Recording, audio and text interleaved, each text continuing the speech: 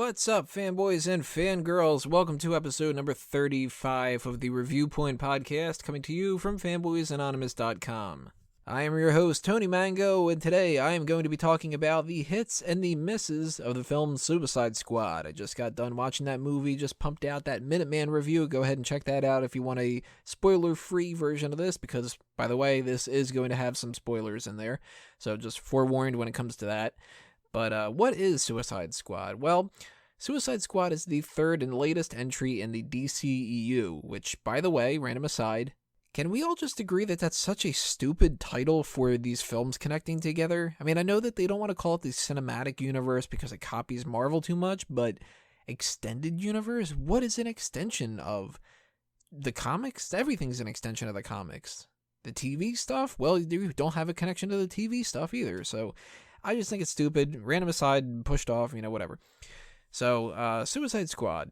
That is a property that is a very weird way to kind of introduce a lot of the elements that you needed to introduce. I mean, this is only the third film, so all we've had to set up this entire universe so far is Man of Steel, which only really set up the beginnings of Superman, not too much else.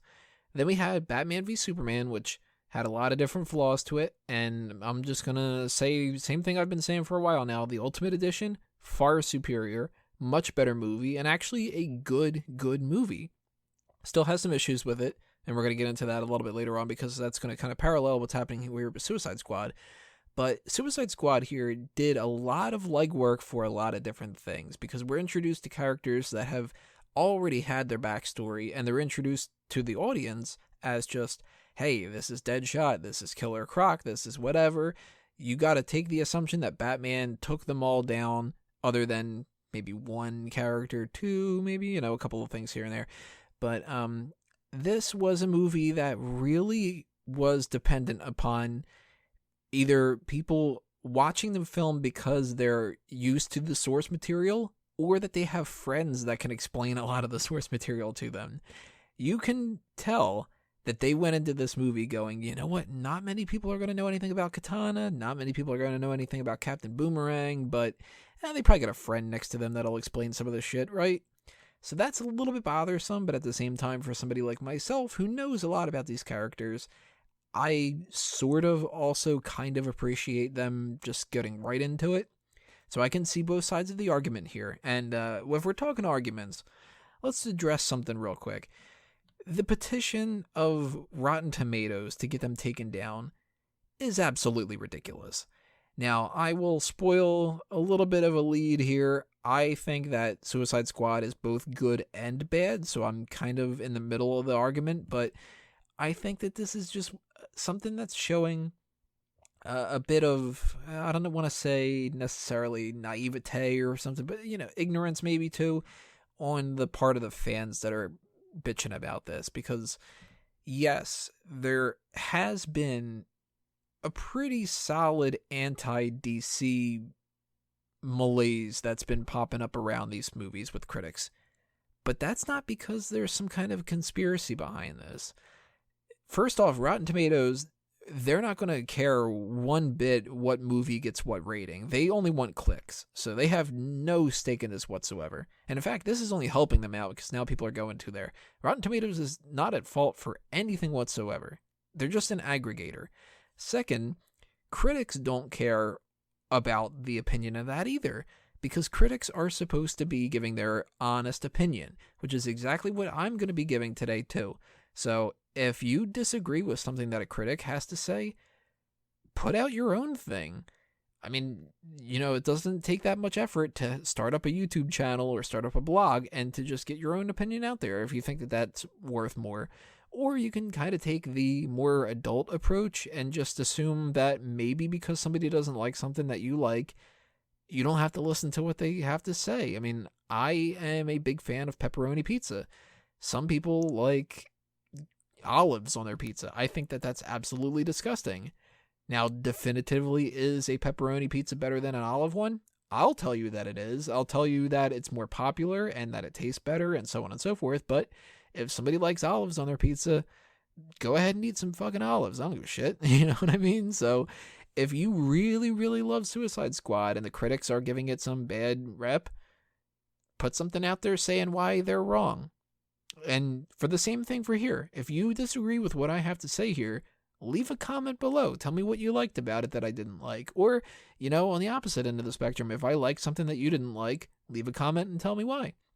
That's something that it can be done in a more cordial way, and it can be done in a more adult way, because in the end, it's opinions. So, whatever side of the fence that you're on, just file that in the back of your brain, whatever.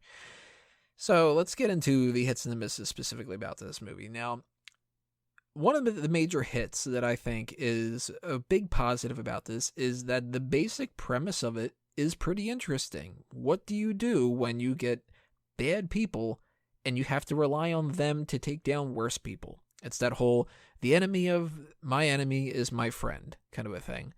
And we've seen the Suicide Squad work in a lot of different capacities. It's been interesting on Arrow before Arrow turned into a piece of shit show. It was good in the comics. It was interesting on the Justice League Unlimited show, which that had Deadshot and a couple other characters in there too. It's something that's pretty cool. And I think that the basic idea of let's do a movie about this, really cool. Now, a miss behind that is it shouldn't have been the third movie. I mean, this is what we had so far in our DCEU. We had Superman, who they continually kept referring to as not quite Superman yet. And then we had Batman, who hated Superman and has been Batman for 20 years, and we just haven't seen any of this. Not quite being Batman because he's killing people. And then we're going to go right into the villains again. So it seems like they are really stuck on this idea that they care more about the dark, gritty villain stuff, and you can't approach a cinematic universe in that kind of a way because it's built on heroes. The comic books, the cartoons, all that have never been about the anti-heroes. They've been about the heroes. Now you can pepper in anti-heroes here and there, and you can do one-off specials, and you can do things like that showcase those characters, but only after you've already set up the universe and only after you've already set up the stakes of what our other characters are and the difference between somebody like a Batman and somebody like a Deadshot. Because by now, I mean, we're looking at this movie, who's that much worse than some of the other characters? Batman's a brutal killer in this universe, which is just absolutely fucking stupid. I don't know why they let that go. And Superman is a killer. He killed General Zod. So why are they any better, any worse, or whatever than somebody like El Diablo? It's tough to rationalize it. Now, they do, of course, show you why, but you have to do so much more legwork than you really should have. And this is kind of the issue with that whole Sinister Six movie that they were going to do with Sony and the Spider-Man universe that they were going to try to build. You can't do a Sinister Six movie. They're villains. Suicide Squad, they are villains that are more moved into the heroic side of things, but Sinister Six, flat out villains.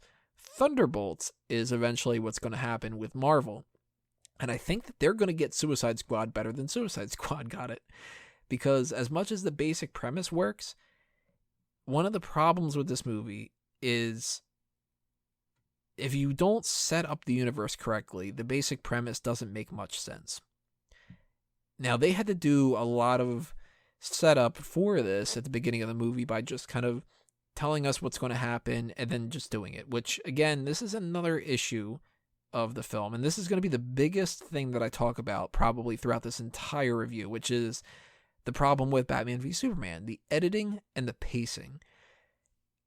We saw a version of Batman v Superman in the theaters that is nowhere near as good as the Ultimate Edition. And the reason why it's not as good isn't because in the Ultimate Edition Batman doesn't kill people, because he does. Still a big problem.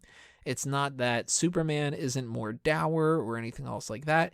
It's that it sets things up properly and it works just as a better movie. This has the same problem.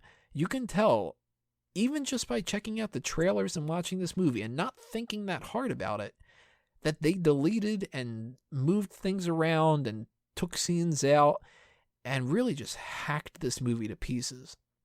I mean, one shot of this movie that we've been seeing a lot is the Joker slapping who apparently is Ike Barinholtz, and saying, I can't wait to show you all my toys. We don't get to see that in this movie. We get the scene in the movie, but we don't get that line, which kind of makes you question, why did they delete that line? It's 5 seconds, and they thought that that would help the pacing that much, I guess. So if they're stepping in and they're removing 5 seconds here, 10 seconds there, it's micromanaging. And I guarantee this is not the movie that David Ayer, or is it Ayer or Ayer? I think it's Ayer. I don't know. Good old David A. The movie that he wanted to make, I guarantee this is not the movie. That this is the cut down for TV version of the film, essentially. And that's going to hurt it. And the stupidest thing about that is if that's the case, they should have learned their goddamn lesson from Batman v Superman, because everybody that criticized Batman v Superman were criticizing that as the major flaw of the film. So when they're working on Wonder Woman here, Patty Jenkins, I can almost guarantee right off the bat, is going to have a better version of this movie in the bag before they start editing it. And hopefully Jeff Johns and all the other people that are in charge are going to look at that and go, you know, we tried this twice and it's not working. We should let the filmmakers try to make their own stuff. One of the issues with the pacing in the movie and the editing, that right off the bat, I was sitting there going, oh man, this is not a good sign. They show you to start off, here's the squad. And it takes about a good maybe 10 minutes. It felt like 10, maybe 15, maybe even 20. I don't know for sure. Where they go, here's Deadshot, here's Killer Croc, here's Harley Quinn, so on and so forth. Totally necessary. You need to do that because, again, they didn't have any of these people set up ahead of time. And even though somebody like myself, you can go, Deadshot's in this movie, and I can go, okay, Floyd Lawton, he's a skilled marksman, he can whatever. Most people aren't going to know that. So they set up these characters, and it's like, here's the squad. Next scene, basically, we need the squad. Really? Like, that quick? You're not going to have any downtime. You're not going to have the whole, let's put this on the back burner, and then we've ran through these options and that kind of stuff. It just happens to be, we're going to set up the squad, and then here's the squad. I think if they were going that route, you could have assembled the squad after the incident happened, and then it would have felt a little bit more rushed. So it felt rushed not being rushed when it could have been rushed if you wanted it to be rushed. You know, it's the kind of thing where the movie itself rushed it, yet the time that it takes place in the universe is not rushed, which is very, very awkward. But since we want to talk about characters and stuff like that, let's push the editing off to the side and let's talk about characters. Now, let's talk about a major, major hit in the movie, Deadshot. Will Smith brings a little bit of Will Smith charm to the Deadshot character, which livens him up a little bit more. Deadshot has never really been the, I guess I could say the most liveliest character of the bunch. He's a really cool character in a lot of ways, but he's also pretty one note a lot of the time. And I love that they incorporated the backstory of the daughter and they kind of humanized him a little bit more and stuff. I actually really, really loved Deadshot in this movie because he's somebody who straddles that line between being good and bad. Clearly a bad guy, contract killer, assassin, even wants to kill Batman, all that other kind of stuff.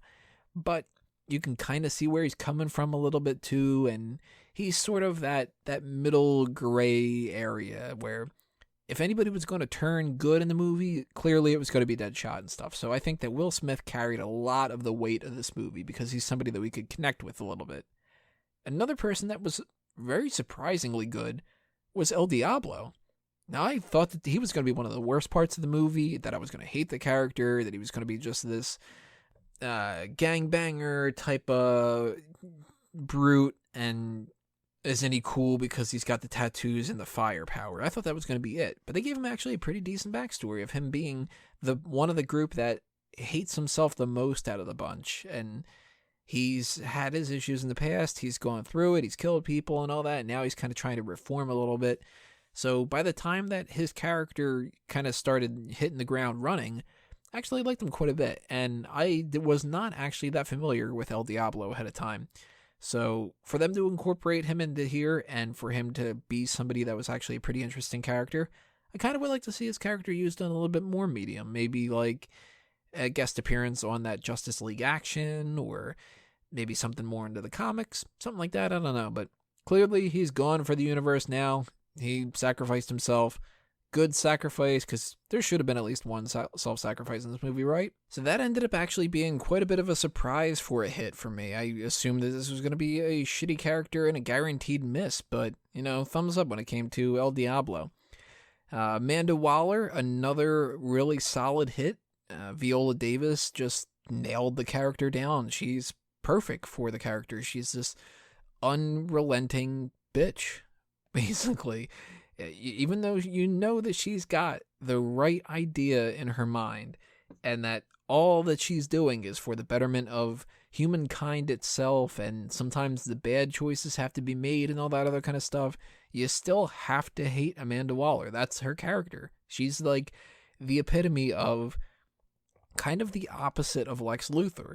Lex is a character who you're not supposed to like, but you should identify with. And with Amanda Waller, you're not supposed to like her and you should identify with her as well, but the one of them's positive, the one of them's negative. Which, by the way, side note, no Lex Luthor. He should have made some kind of an appearance somewhere. Now, another positive is that we did get appearances from both The Flash and Batman. Flash was cool because he just kind of did his job, took down Digger Harkness, and Batman is just being Batman. Batman's so fucking awesome, isn't he? So anytime that you see Batman doing Batman stuff where he's popping up out of the blue and taking down Deadshot, and he's tracking down Harley Quinn and the Joker, and that one shot where Harley Quinn's about to drown and he just kind of just bops her in the face real quick, that's what Batman would do. But then, of course, he's going to try to save her life, and, that is Batman. So they've got Batman down, other than the no killing thing. But that was another big positive, Batman and Flash, even though the negative of no Lex Luthor and for that matter, no Lex Luthor played by a different actor other than somebody who was Jesse Eisenberg, because I still think that somebody like a Jude Law would have killed that role. But nonetheless, we got Amanda Waller is a big hit, El Diablo's a hit, Batman and Flash are hits, Deadshot is a hit. Let's just talk about a negative while we're at this, just to kind of start to balance the scale a little bit. Slipknot.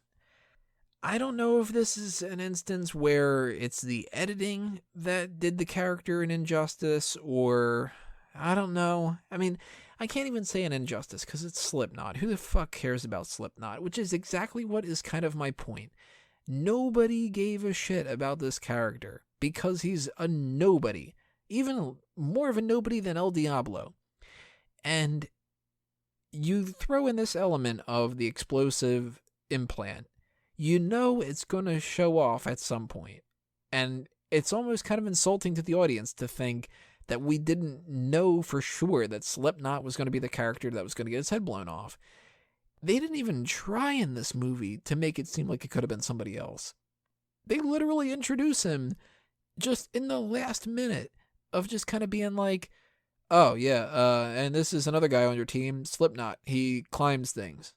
Good with ropes. I don't give a shit about that character then. So when they start teasing the idea that they're going to blow their heads off, it's like, I wonder if it's going to be the guy that we haven't seen in the trailers and stuff. Really piss poor job when it came to keeping any kind of suspense to that. And you know what?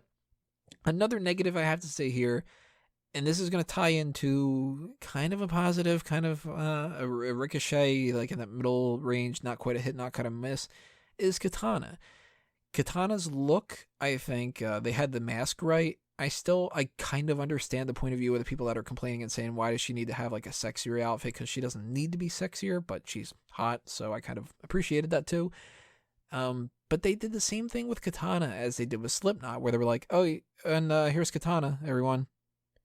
Hey, everybody, here's another person on your team. No setup whatsoever. Didn't even try. It's like they couldn't figure out a way to introduce her ahead of time, and now the ball is rolling, and we just need to throw her in there. So, also there's Katana, which is just a shitty way of doing that. So, I think that her character is pretty basic enough that they got her down. I mean, they got the sword correct, so that's about it that you need for Katana. And I'm glad that they didn't kill her, because they could maybe use her later on for like a Birds of Prey kind of a thing or something like that, so that'd be kind of cool. But the introduction of her character, just very, very poor. Let's see. We have, let's go with another couple negatives here just to get them out of the way. Rick Flagg was very one note, and he felt kind of wooden, kind of hollow. He's generic army guy who happens to have a crush on one of the characters, and he's porking June Moon. That's all you need to know. He doesn't have much of an actual story to him. He doesn't really have all that much depth. If you could describe his character traits, it would be military, and that's it. So he's not really that much different from the nameless people that are a part of the military squad, like GQ. You got Scott Eastwood in there, who is not the best actor in the world, but he's a good-looking guy and stuff like that, and you're going to use him as GQ, just a random extra dude? That's kind of annoying. And we had a couple other characters like that, too. I mean, Common. He's... What the hell is he supposed to be in this movie? He talks to the Joker and gets his head blown off, and that's it? Why even bother at that point? Why not just cast a nobody or something? So, I don't know. I dislike that kind of parts about this film. Ike Barinholtz, I think, was kind of a middle range, because I wanted him to be somebody more, because he's a talented guy, but he's also sort of responsible for keeping a little levity in there. So, I don't know. I mean, I can't say I hated him, can't say I loved him. He's not a hit, not a miss, whatever. But he kind of exposes another issue that this movie has, which is the tone. It's very disjointed. It's got that serious side of things, and it's got the lighthearted side of things too, and sometimes they clash. And you can tell that this was a movie where they wanted to make it darker, but they didn't want to go too dark, and you can also tell somebody watched Guardians of the Galaxy, because this is so influenced by Guardians. It's not even funny, and it's... If I would hear from David Ayer and from the other people that they didn't take some kind of an influence from Guardians, I'd have to laugh right at their face, because it's clearly obvious that they did. I mean, the use of the songs that are in this movie, and that kind of we're a scrappy bunch of losers that are all going to get together and we're going to take down a bad guy kind of a thing. It's Guardians of the Galaxy, just not done as well, because you don't care about the characters as much as you do, which is kind of a shame. Now, the serious parts of this were better in some ways than the comedic ones. Now, the comedic ones were better in some ways than the serious ones, and I'm not going to break down every single part of the movie, because that'll just take down forever. But when I was supposed to laugh, for the most part I laughed. When I was supposed to take things seriously and get worried, I didn't really as much. So I think that they need to kind of work on their issues when it comes to the tone going forward, and something like Wonder Woman shouldn't really be all that jokey. Now, there should be some jokes here and there, Justice League, got to have a little bit of jokes here and there with the Flash and such, but I don't want to see Batman making quips back and forth. I don't want to see Wonder Woman getting into, rock music playing in the middle of it. None of that kind of stuff. They can't start fucking around with that. And one of the reasons that I would want to point this out is the pink unicorn with Captain Boomerang. Captain Boomerang, for the most part, was pretty solid. And Jai Courtney is not somebody who I love patting on the back all that much, because I think that he doesn't quite have it as much as a lot of people would want him to be. But the pink unicorn was just a cheap laugh, and I don't know. I mean, it's better than if you would have just gone with him farting all over the place or something like that, but you can tell somebody thought that it would be funny to have that kind of disparity of, well, this guy's a real bad guy, and he likes pink unicorns, and isn't that funny, because that's something a little girl should like. Cheap. That's the best way to explain it, is cheap. Let's go with another middle range one before we get into one of the big things here. There's two real big things on the positive and the negative that I wanted to talk about. So let's just get this other last one that's in the middle out of the way, which is Killer Croc. It's hard to do Killer Croc, I'm sure, because he's a fucking crocodile guy. And I never would have expected him to be in a Batman movie, because he's somebody who you can't build a whole movie around.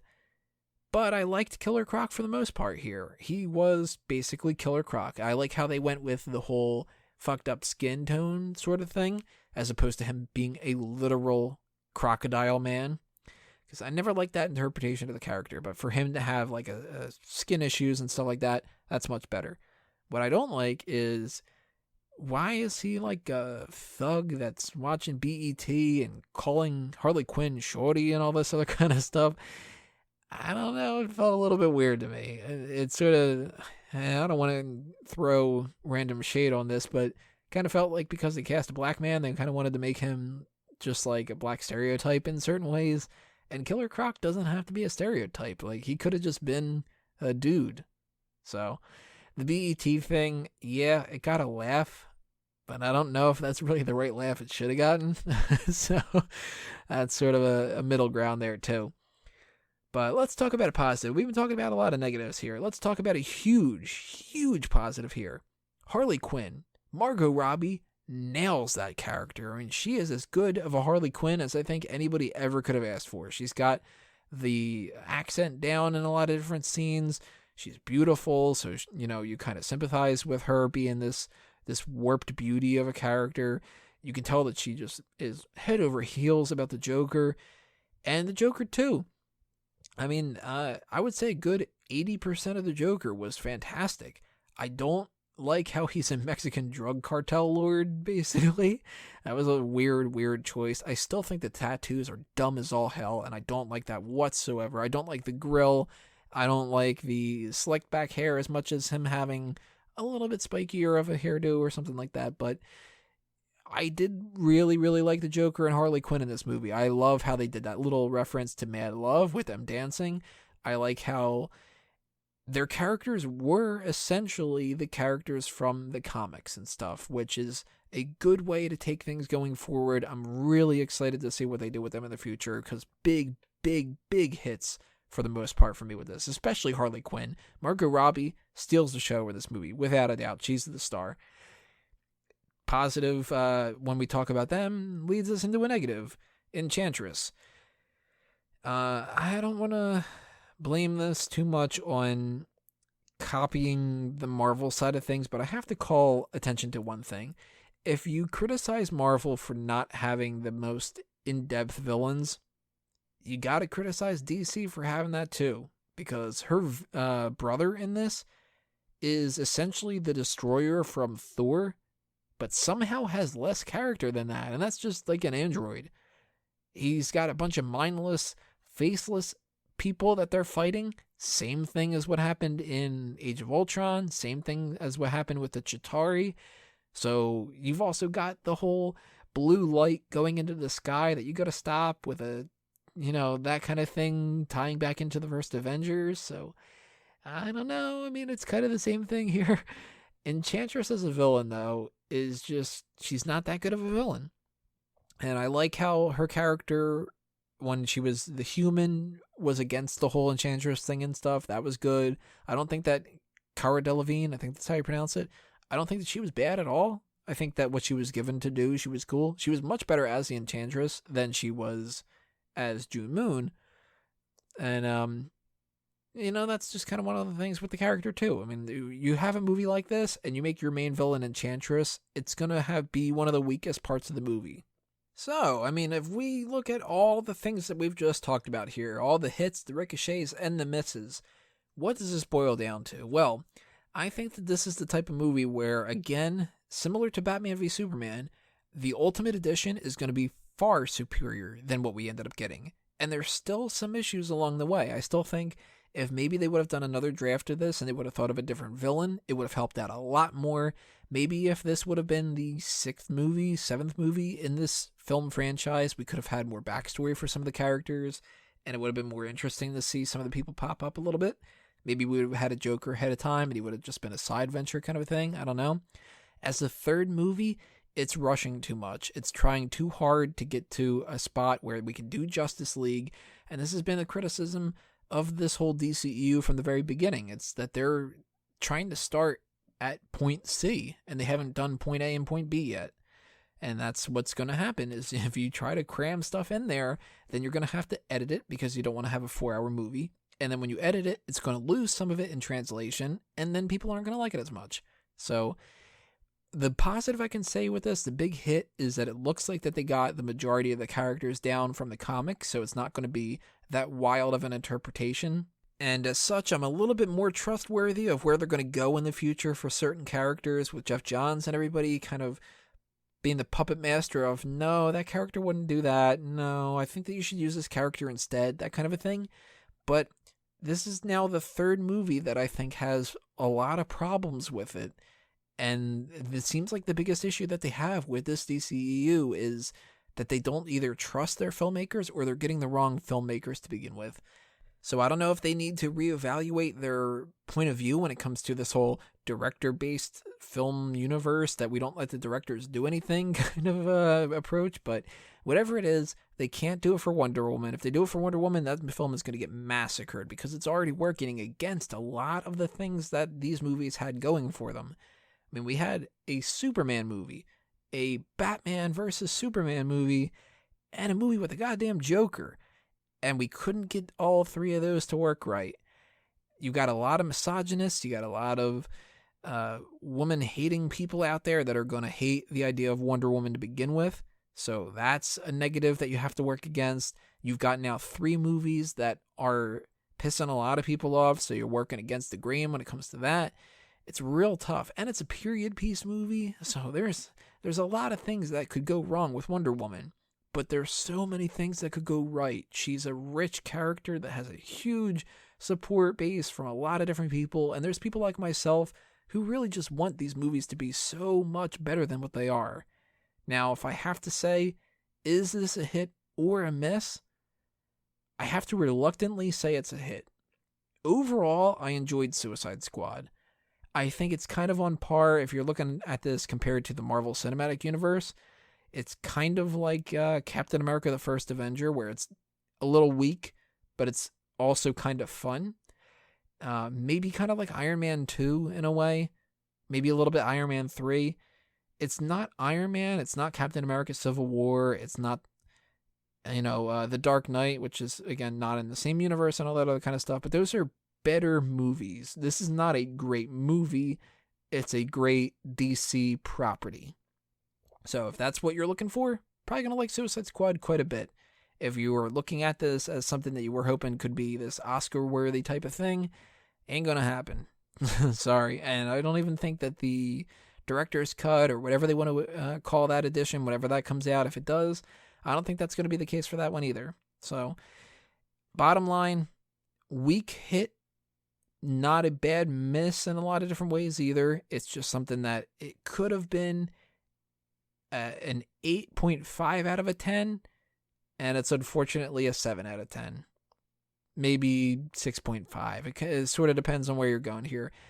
I'm going to have to see what happens when I rewatch the movie. If my opinion completely changes about that, then I'll drop some kind of a comment below or something like that a little bit later on, but I don't plan on seeing it again for a while, so for now, that's what I think about it, but I'm curious to know what you guys have to say about Suicide Squad. And I want you to tell me the positives, the negatives, the hits and the misses, anything else that you guys want to get off your minds in the comments below. And while you're doing that, you might as well hit that thumbs up button as well. Follow us on Facebook and Twitter. Subscribe to the YouTube channel. And keep checking out fanboysanonymous.com for more things coming your way. DC, Marvel, anything else that we happen to talk about. We're, of course, going to be getting all nerdy about that stuff later on. So that's it for me for this episode. Thank you all for listening, everybody. I'm Tony Mango, and I'm a fanboy. Time for me to geek out. Adios.